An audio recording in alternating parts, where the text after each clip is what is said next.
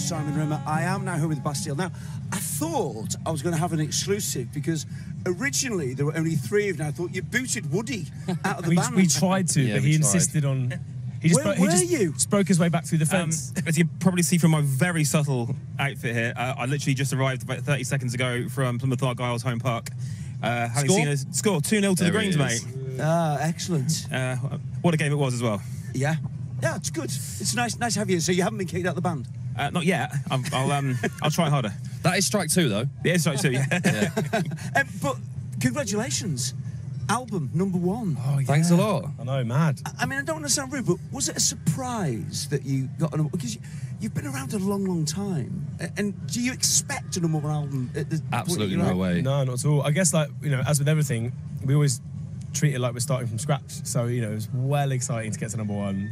And it felt like a really, like, I don't know, really important moment. It's our 4th album, and we, like, I can't believe, you know, next year's 10 years since we released our first one. We feel mad lucky to still be allowed to make music. Well, it's funny because I was sitting watching you guys just chilling out over there before, and it's all very calm. As you've got older, shall we say. There's less energy. Yeah. Well, I was going to say different energy. We're knackered. Yeah, I was going to say different energy. So we're also, like, collectively quite hungover from last night. So. Okay, right, okay. Well, there you go. That might explain a few things. But does it sort of change a little bit? You know, rather than kind of it being completely hedonistic, do you sort of think, you know what, I'm actually enjoying the ride. I don't need to kind of prove that I can go out partying every night. Or maybe you still do. I don't know. I think first album, we were going at it like it was going out of fashion. Yeah. And by God, did we feel it by the end of that tour. No, it's not. Yeah. And I think now, you know, as you say, it's been 10 years. Kind of, we've seen a lot of the sites, and so now there's no like drive. Right, this is like we have to go and see these things. We have to go and do these things. It's like, well, no, we've done them. Maybe tonight we can have an early-ish night. Yeah. I had a little swim in the sea earlier. Little swim in the sea. That was nice. And he didn't get stung by a weaver fish. I didn't get swum. But you know, it's nice to go. It's not often you get to wake up on the tour bus and look out at the sea and the beach. It's an amazing venue, isn't it? Have you done Boardmasters before? We have. In fact, we should have done it twice. We did it. We headlined it a few years ago, and then the first time we were going to play, as we were arriving, it got hurricaned off. Yeah. Oh, I remember. And Woody was devastated. Yeah.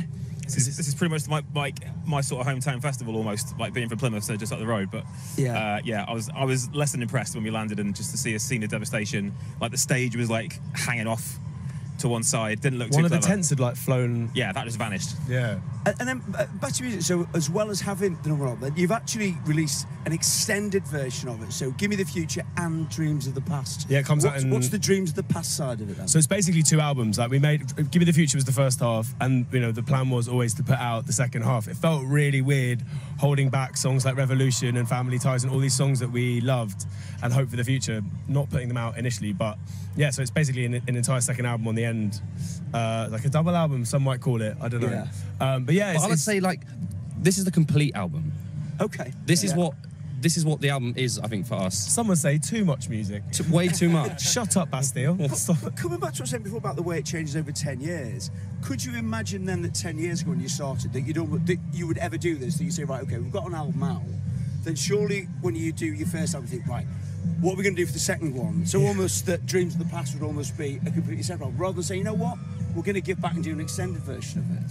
Yeah, I guess we as a band, we always like, we just feel so lucky to get to make music, and lockdown was a mad creative time for us because we, you know, touring went away. We just were in the studio. We were writing, you know, as and when we could get together, we were. When we couldn't be, it was over Zoom. It was remotely, like all that.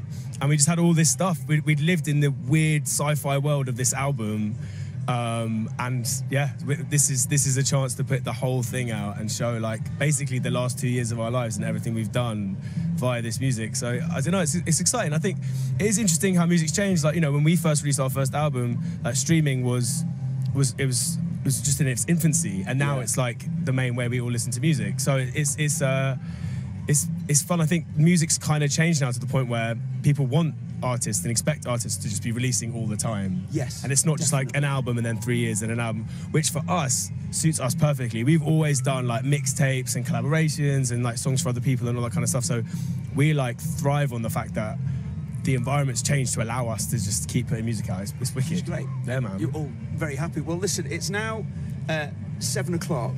You're on the main stage that I can see in an hour's time, and I want to make sure I see you. I've got another interview to do, so gentlemen, thank you so much. Who Woody, chatting to thank you for next? making it. Congratulations to Plymouth Argyle. Thank you. For the victory. The greens are going up, see you by the boys way. later. Back to the Thank you very studio. much. Back to the studio.